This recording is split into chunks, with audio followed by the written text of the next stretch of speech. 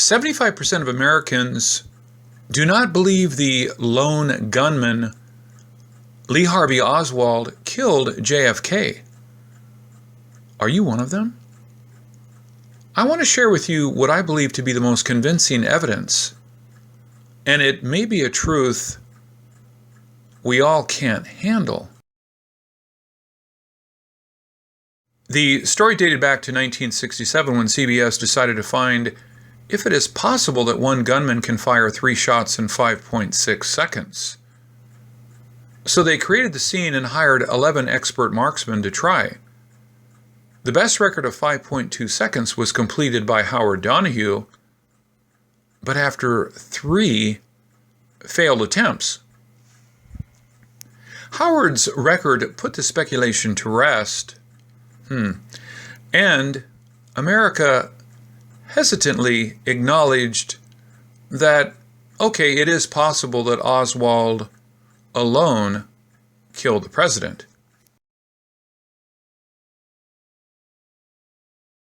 But in 1977, the popular True magazine decided to hire Howard Donahue to write an article about the JFK assassination with a main focus on empirical evidence.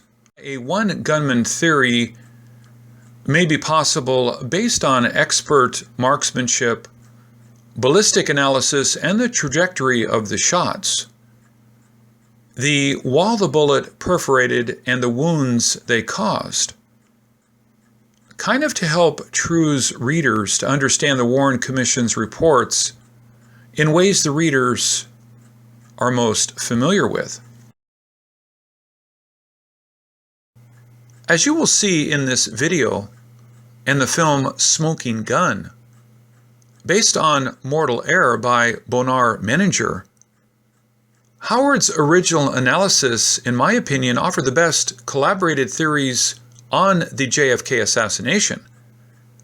However, it was not noticed much when his theory was first published in 1977 in the Sun magazine, and then published in 1992 with Menninger. Even in 2013, when the film Smoking Gun was released, you see, in most of our minds, JFK died serving the country. He became a target when he stood up for us against the mafia and against the communist. So we want to find out his enemy.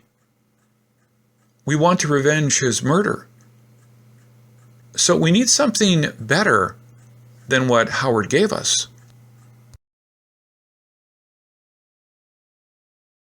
But what was Howard's theory? Let's take a look. The Warren Commission stated Lee Harvey Oswald fired 3 shots. The first one, which is best known as the single bullet, passed through Kennedy's neck, wounding him and Governor John Connally.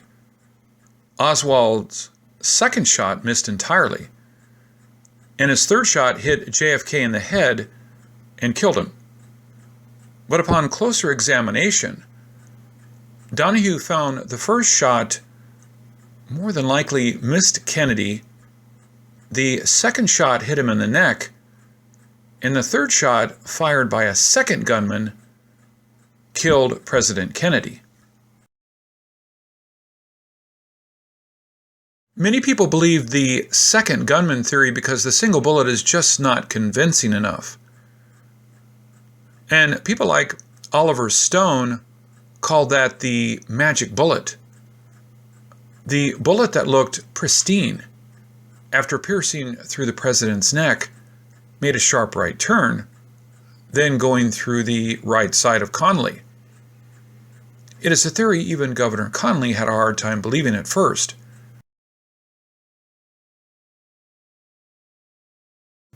But since the governor and his wife's jump seats are more towards the center and lower, this adjustment gave credibility to the single bullet theory.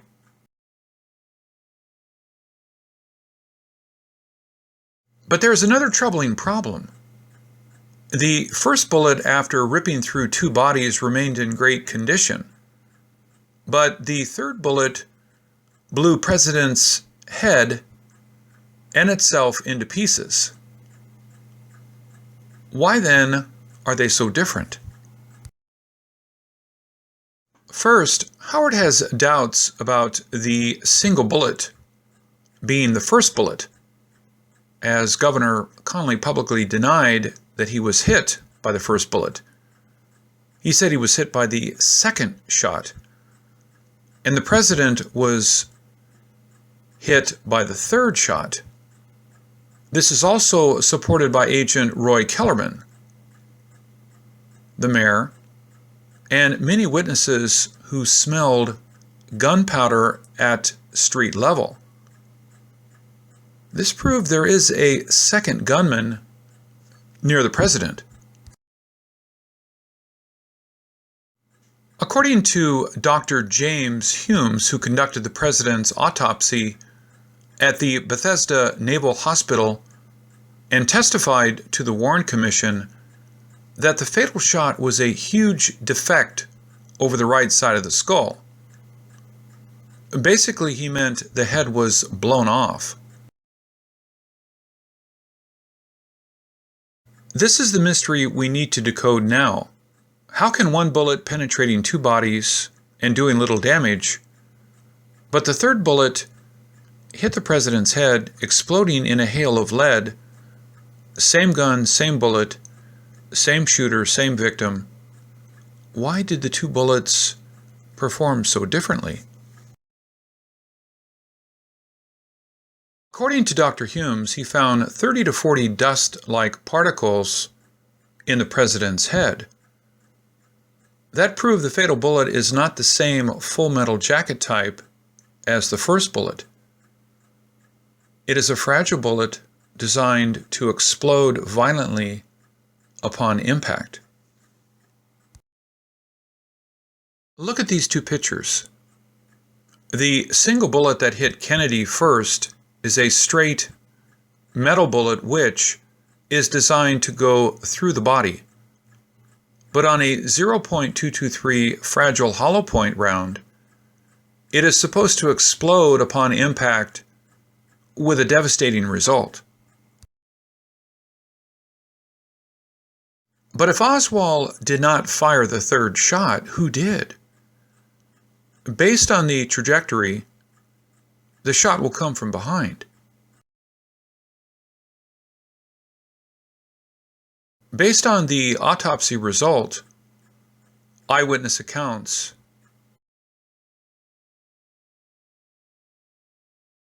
and a picture of the identified gunman with the rifle in his hand, it is from the Secret Service car.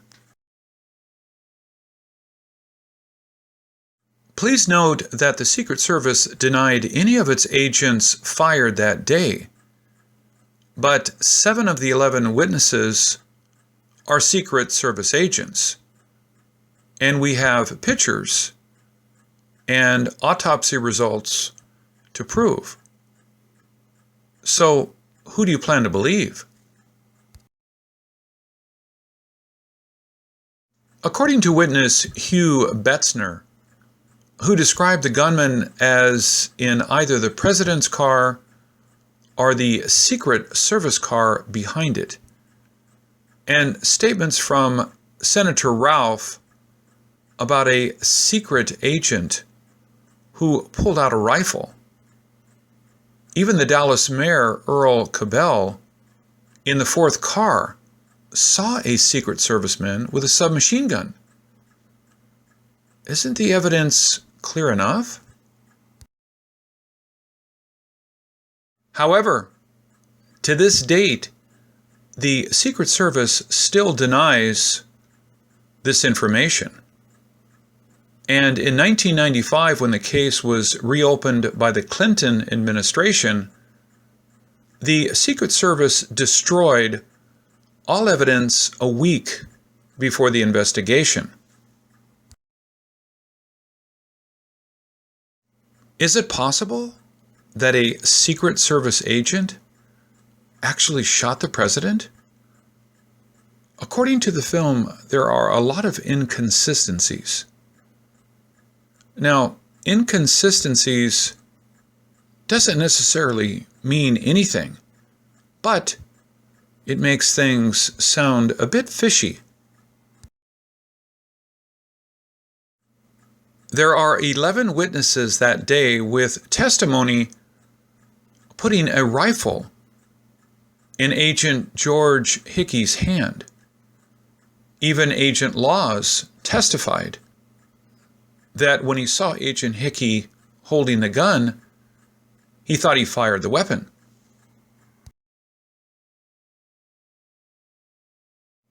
Even Agent Laws, who testified that when he saw Agent Hickey holding the guy, he thought he fired the weapon. Let me pause for a while. You must be wondering, if that is the case, how come I didn't know? I have been paying Secret Service agents' salary for all these years through my taxes. How come I wasn't made aware of this? Well, let me ask you, if the smoking gun theory is the truth, can you handle the truth? The film pointed out many possible cover-ups by the Warren Commission and the Secret Service. I don't know how much is true, but I can understand why the government has to hide it if Agent Hickey did shoot the president.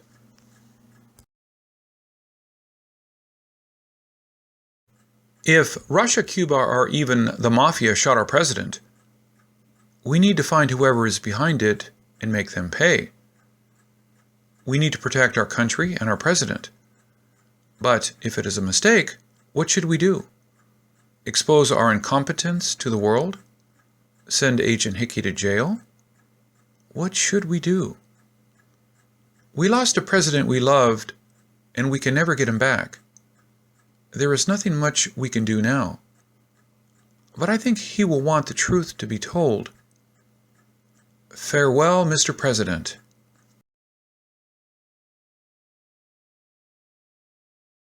This is Ken Peters at mysterydecoders.com. We thank you for watching this video. And again, may all the mysteries in your life be decoded.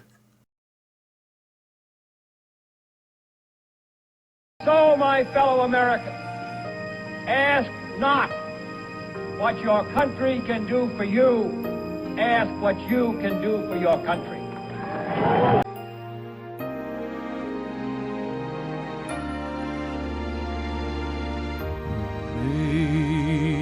Amazing grace, how sweet the sound that saved a wretch like me. Once was lost, but now I'm found. Was blind, but now I see.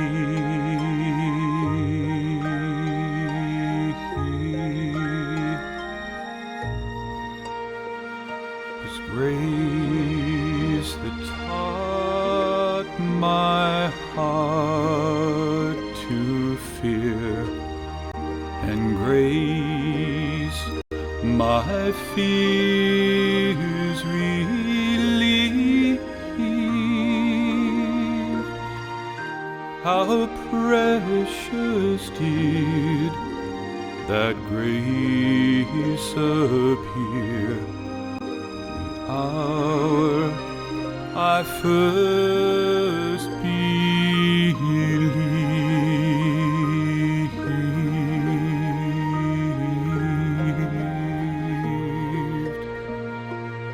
Many dangers, toils, and snares I have already come. 'Tis grace that brought thus far, and grace will lead